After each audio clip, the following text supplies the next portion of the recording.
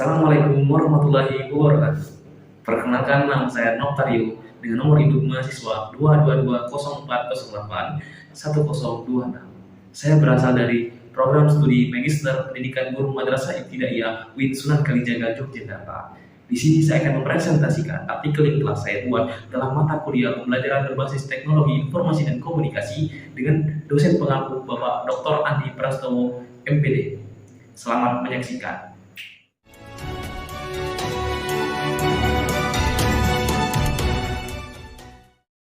Pada penelitian kali ini, saya mengambil judul yaitu penggunaan media pembelajaran berbasis audio visual pada mata pelajaran matematika berdasarkan prinsip kreatif dan prinsip menarik di sekolah dasar. Nah, di bagian abstrak saya terlebih dahulu menjelaskan mengenai peran seorang guru yang harus selektif memilih media pembelajaran. Kemudian di bagian keduanya, saya menjelaskan mengenai metode penelitian yang saya pakai. Nah, kemudian di bawahnya lagi saya juga menjelaskan mengenai prinsip dasar yang ada di pembelajaran berbasis teknologi informasi dan komunikasi, dan saya menjelaskan mengenai prinsip yang kemudian saya angkat dalam judul saya, yaitu prinsip menarik dan prinsip kreativitas. Nah, kemudian di bawahnya lagi itu ada kesimpulan yang saya jelaskan. Jadi abstrak yang saya pakai ini menjelaskan dari awal sampai akhir tentang artikel yang telah saya buat. Kata kunci dari abstrak saya ini yaitu media pembelajaran audiovisual menarik dan kreatif. Lanjut ke bagian kedua, yaitu pendahuluan. Nah, di pendahuluan saya menjelaskan mengenai abad ke-21 terlebih dahulu. Nah, di sini hal yang melatar belakangi abad ke-21 adalah munculnya informasi sebagai landasan utama serta yang melatar belakangi abad ke-21.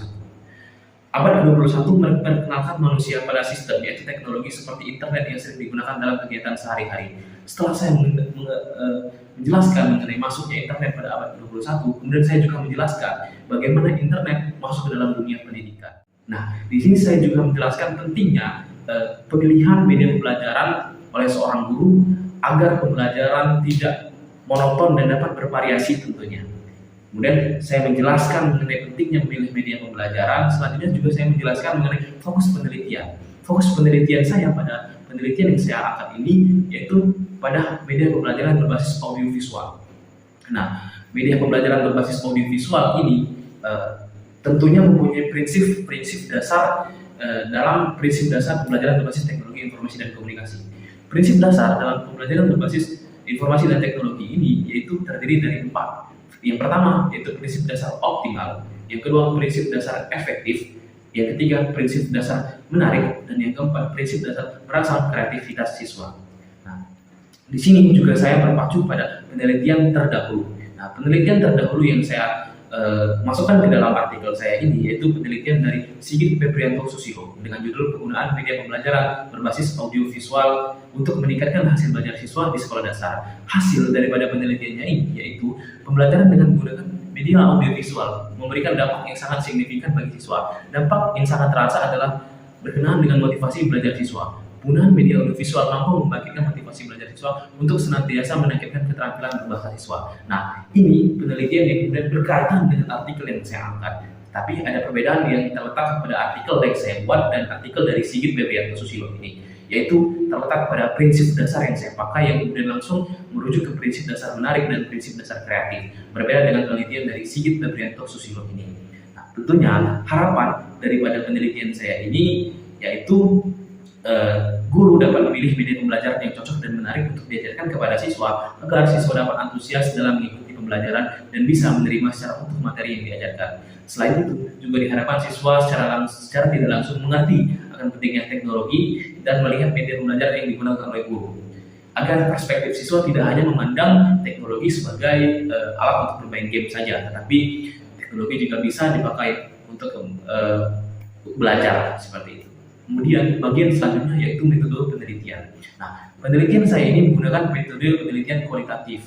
Metode penelitian kualitatif ini adalah metode penelitian sistematis yang digunakan untuk mengkaji atau meneliti suatu objek pada latar belakang alamnya tanpa ada manipulasi di dalamnya, tanpa ada pengajuan hipotesis dengan metode-metode yang alamiah. Ketika hasil penelitian yang diharapkan bukanlah generasi berdasarkan ukuran-ukuran kuantitas atau namun makna atau segi kualitas dari fenomena yang diamati. Itu menurut Bapak Andi Prastowo pada tahun 2012. Sejalan dengan itu, penelitian ini dilakukan dengan nyata tanpa ada manipulasi sesuai dengan data real yang ada di lapangan. Teknik pengumpulan data yang saya pakai yaitu dengan menggunakan teknik wawancara.